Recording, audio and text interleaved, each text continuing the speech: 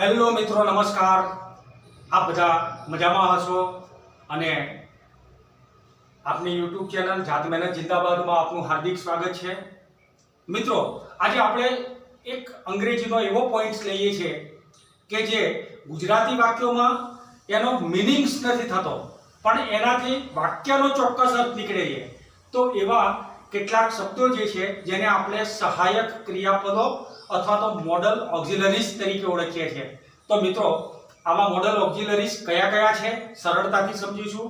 આપણે ગુજરાતીમાં બોલીએ છીએ કે મારે રમવું છે, મને રમવા દો, મારે રમવું જોઈએ, મારે રમવું પડશે, મારે રમવું જ જોઈએ. તો આ જુદા જુદા અર્થ છે જે આપણી ભાષા છે, માતૃભાષા છે ગુજરાતી, એટલે તમને ખબર પડે. પણ અંગ્રેજીમાં આવા કેટલાક સહાયકારક ક્રિયાપદો જે છે એ સહાયકારક ક્રિયાપદોને આધારે આપણે વાક્ય નક્કી કરી શકીએ છીએ. એમાં ફટાફટ પહેલા નંબરનું છે, નોટ અને પેન લઈને બેસી જાઓ મિત્રો. અને પહેલા નંબરનું સહાયકારક ક્રિયાપદ છે કેન. હવે કેન એટલે શું? તો કેન ક્યારે વપરાય છે? એનો અર્થ થાય છે શક્યતા કે અશક્યતા દર્શાવવા માટે, અને એ પણ વર્તમાન કાળમાં, સાદા વર્તમાન કાળમાં શક્યતા કે અશક્યતા દર્શાવવા માટે વપરાય. જેમ કે હું ગાડી ચલાવી શકું, તો I can drive A car. હું ગાડી ચલાવી શકું, I can drive A car. પણ એવું વાક્ય આપણે લઈએ છીએ કે હું ગાડી ના ચલાવી શકું, તો I can't drive A car. હું ગાડી ચલાવી શકતો નથી. તો ક્ષમતા એટલે કેન, અને અક્ષમતા, અશક્યતા, તો એના માટે કાન્ટ શબ્દ વાપરીએ છીએ. પ્રશ્ન પૂછવો હોય તો can you drive A car. કોઈને તમે પ્રશ્ન પૂછો ત્યારે આ રીતે પૂછશો, can you drive A car? તમે ગાડી ચલાવી શકો છો? તો આ પ્રકારે સાદા વર્તમાન કાળમાં શક્યતા કે અશક્યતા દર્શાવવા માટે આપણે કેનનો ઉપયોગ કરીએ છીએ મિત્રો. હવે મિત્રો નેક્સ્ટ બીજા નંબરે છે મે, MAY. મે બે બાબતો માટે ધ્યાનમાં રાખવાનું છે. આ મે જે છે એનો અર્થ આપણે જ્યારે કરીએ ગુજરાતીમાં ત્યારે કોઈક સંભવિતતા દર્શાવવા માટે આપણે મેનો ઉપયોગ કરીએ છીએ. સંભવિતતા દર્શાવવા માટે. હવે સંભવિતતા દર્શાવવા માટે એટલે શું? આજે રાત્રે વરસાદ પડશે, તો it may rain today. It may rain today, આજે રાત્રે વરસાદ પડશે. તો અહીંયા આપણે જોઈએ છે કે ઇટ મે રેઇન ટુનાઇટ શબ્દ જે છે, ટુડે ને બદલે ટુનાઇટ આપણે લઈશું. આજે રાત્રે વરસાદ પડશે, તો ત્યાં તમે વાપરો છો ઇટ મે રેઇન ટુનાઇટ. આ સંભવિતતા દર્શાવે છે. હવે ક્યારેક તમે પરવાનગી માંગો છો ત્યારે મેનો ઉપયોગ કરો છો. તો પરવાનગી માંગવા માટે મેનો ઉપયોગ કેવી રીતે કરીએ છીએ મિત્રો? તો મે આઈ કમ ઇન સર. આપણે રૂમમાં પ્રવેશીએ ત્યારે તમે આ રીતે બોલતા હો, may I come in sir, yes you may, હા તમે આવી શકો. તો પરવાનગી માંગવા માટે મેનો ઉપયોગ કરીએ છીએ. હવે ત્રીજા નંબરે છે લેટ. લેટ એટલે મોડું નથી, એલટી, લેટ. હવે લેટ એટલે એક દરખાસ્ત સૂચક શબ્દ છે, તમને દરખાસ્ત સૂચવે છે. તો લેટ દરખાસ્ત સૂચક શબ્દ કેવી રીતે ઉપયોગમાં લઈએ મિત્રો? તો લેટની સાથે હંમેશા કર્મણી વિભક્તિનું કર્મ વપરાય છે. અહીંયા કર્મણી વિભક્તિ સર્વનામ તરીકે વપરાય છે. દાખલા તરીકે આઈ આપ્યું હોય તો એનું કર્મણી વિભક્તિ મી છે. તો લેટ મી લીવ, મને જીવવા દો. લેટ મી લીવ, મને જીવવા દો.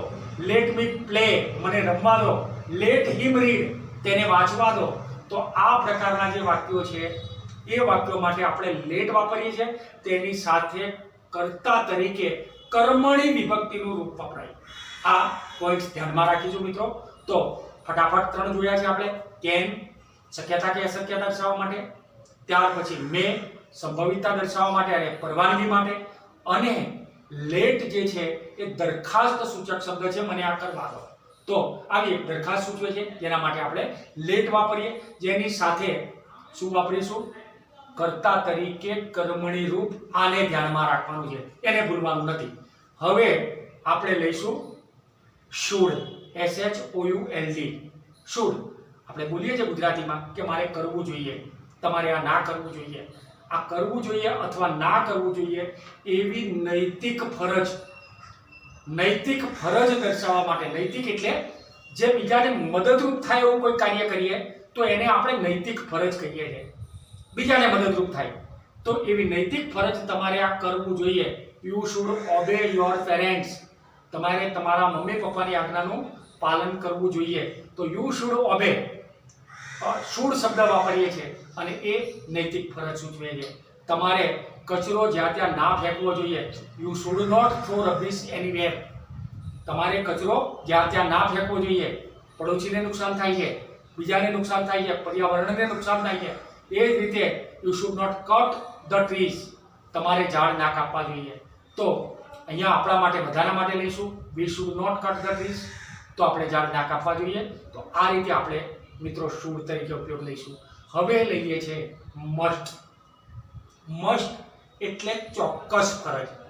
પેલી ફરજ છે નૈતિક ફરજ છે જે બીજાને નુકસાન થાય છે, પણ મસ્ટ એવું કૃત્ય કરો કે જેનાથી પોતાને નુકસાન ના થાય. જ્યારે આપણને નુકસાન ના થાય તો ચોક્કસપણે કરવું પડે. જેવી રીતે કે આપણે દારૂ ના જ પીવો જોઈએ, આપણે વ્યસન ના જ કરવું જોઈએ. તો we must not drink wine. એ જ રીતે we must not chew tobacco. We must not broke traffic rules. તો અહીંયા we must not break traffic rules. ટ્રાફિકના નિયમોનું આપણે તોડવા નહીં જોઈએ. તો અહીંયા મસ્ટ શબ્દ છે અને મસ્ટ શબ્દ જો એનો ઉપયોગ એ ફરજ તમે ચૂકી જાઓ તો તમને પોતાને નુકસાન થાય છે. હવે કેટલીક ફરજ એવી છે ને કે જે બહારથી લાદી દેવામાં આવે. બહારથી લાદેલી ફરજ. બહારથી લાદેલી ફરજ કઈ છે મિત્ર? આપણે ગૃહ કાર્ય ના કરવું હોય, આપણે ગૃહ કાર્ય ના કરવું હોય અને છતાં વાલી કહેતા હોય ચલે લખવા બેસ, તો બહારથી કામ કરવું પડે છે. તો અહીંયા આપણે જોઈએ છે બહારથી કાર્ય કયું કરીએ છીએ આપણે? મારે હોમવર્ક કરવું પડશે. મારે હોમવર્ક કરવું પડશે. તો આઈ હેવ ટુ નો ઉપયોગ કરીએ છીએ. આ હેવ ટુ જે છે એ બહારની ફરજ દર્શાવે છે. I have to do my homework. She has to go to school. તેને સ્કૂલમાં જવું જ પડશે. તો અહીંયા આપણે જોઈએ છે કે નથી જવું અને છતાં જવું પડે. તો જે કાર્ય નથી કરવું અને છતાં કરવું પડે છે તો બહારથી લાદેલી, ફરજિયાતપણે લાદેલી ફરજ છે તો એ કાર્ય આપણે કરવું પડે છે. તો આ પ્રકારે હેવ ટુ, હેઝ ટુ, ભૂતકાળમાં આપણે હેડ ટુ વાપરીએ છીએ તો અને ભવિષ્યકાળમાં વિલ હેવ ટુ વાપરીએ છીએ. તો આ પ્રકારે હેવ ટુ અથવા ઓટ ટુ આ બંને શબ્દો જે છે એ સમાનાર્થી શબ્દો છે અને એ બંને એક જ અર્થમાં વપરાય છે બહારની ફરજ માટે. હવે મિત્રો ભવિષ્ય સૂચક ક્રિયા માટે. તો ભવિષ્ય સૂચક ક્રિયા માટે હું આવતીકાલે આ કાર્ય કરીશ અથવા તો હું તમને આવતીકાલે મળીશ. તો આઈ shell meet you tomorrow. I shell meet you tomorrow. તો આવતીકાલે હું તમને મળીશ એના માટે આપણે લઈએ છીએ શેલ. આઈ અને વીની સાથે શેલ શબ્દ વપરાય છે. અને અન્ય કરતા તમને આપેલા હોય તો અન્ય કરતા સાથે તમારે વિલ વાપરવાનું છે. He will play cricket. Next Sunday, આવતા રવિવારે તે ક્રિકેટ રમશે. તો અહીંયા આપણે જોઈએ છે કે હીની સાથે આપણે વિલ વાપર્યું, યુની સાથે વિલ વપરાય તો આ ભવિષ્ય સૂચક શબ્દો છે. વુડ શબ્દ WOULD. વુડ શબ્દ જે છે એ પસંદગી સૂચક શબ્દ છે મિત્રો અને પસંદગી સૂચવવા માટે વપરાય છે. તો પસંદગી સૂચક શબ્દ એટલે would you give me pen. Would you give me your pen. તમે મને તમારી પેન આપશો? તો આ એક પસંદગી દર્શાવે. ના પણ આપો તમે. તો અહીંયા આપણે એક પસંદગી સૂચક would you like T or coffee. તમને ચા ગમે છે કે કોફી? બંને એક સાથે તો તમે લેશો નહીં. ક્યાંય જશો એટલે કાં તો કોલ્ડ ડ્રિંક લેશો, કાં તો ચા લેશો, કાં તો કોફી. ત્રણે એક સાથે આપણે નહીં માંગીએ. તો અહીંયા આપણે બોલીએ છીએ would you like T or coffee. તમને ચા ગમશે કે કોફી? તો આ પ્રકારે વુડનો ઉપયોગ કરીએ છીએ મિત્રો. હવે મિત્રો આપણે ઉપયોગ કરવાનો છે કુડ. કુડ એટલે શું? તો જેમ કેનનો ઉપયોગ શક્યતા કે અશક્ય માટે વર્તમાન કાળમાં કરીએ છીએ એ જ રીતે કુડ જે છે એ તમારે ભૂતકાળ માટે શક્યતા કે અશક્યતા દર્શાવે છે. જેવી રીતે હું બીમાર હતો તેથી સ્કૂલે ના જઈ શક્યો તો I could not go to school because I was ill. એવી જ રીતે હું બસ ના પકડી શક્યો કારણ કે હું મોડો પડ્યો તો I could not catch the bus. Could not એની સાથે કેચ ક્રિયાપદનું મૂળવું. તો I could not catch the bus because I was late. કારણ કે હું મોડો હતો.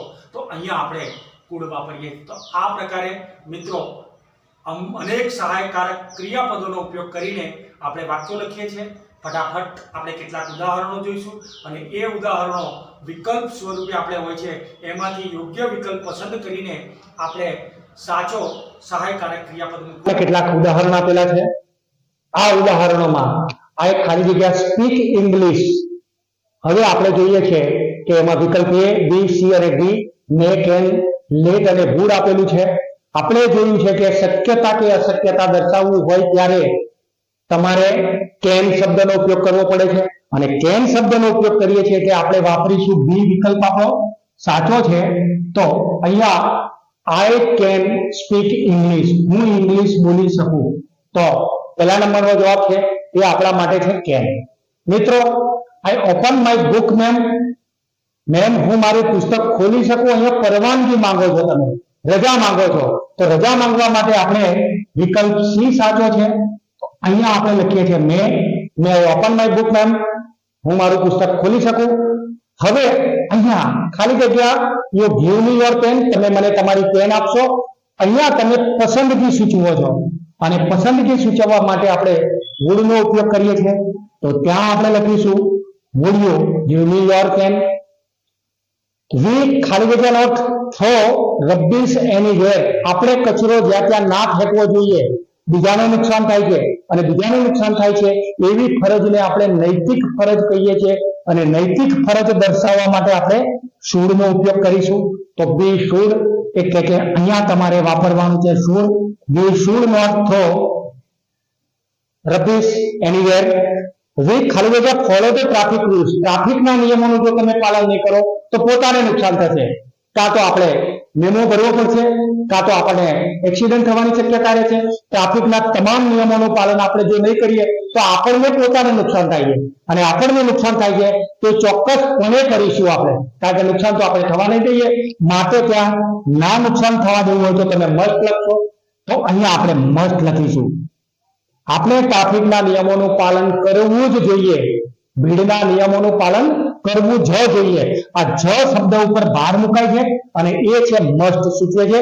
સાચો વિકલ્પ બી એ મસ્ટ છે। મિત્રો, ખાલી જગ્યાને લીવ એલોન, મને એકલો રહેવા દો, અહીંયા આપણે જોયું કે મી આપેલું છે, કર્મણી વિભક્તિનું છે, અહીંયા દરખાસ્ત સૂચવાય છે, દરખાસ્ત સૂચવાય છે એટલે આપણે સાચો જવાબ તરીકે લઈશું લેટ મી લીવ એલોન, મને એકલો રહેવા દો।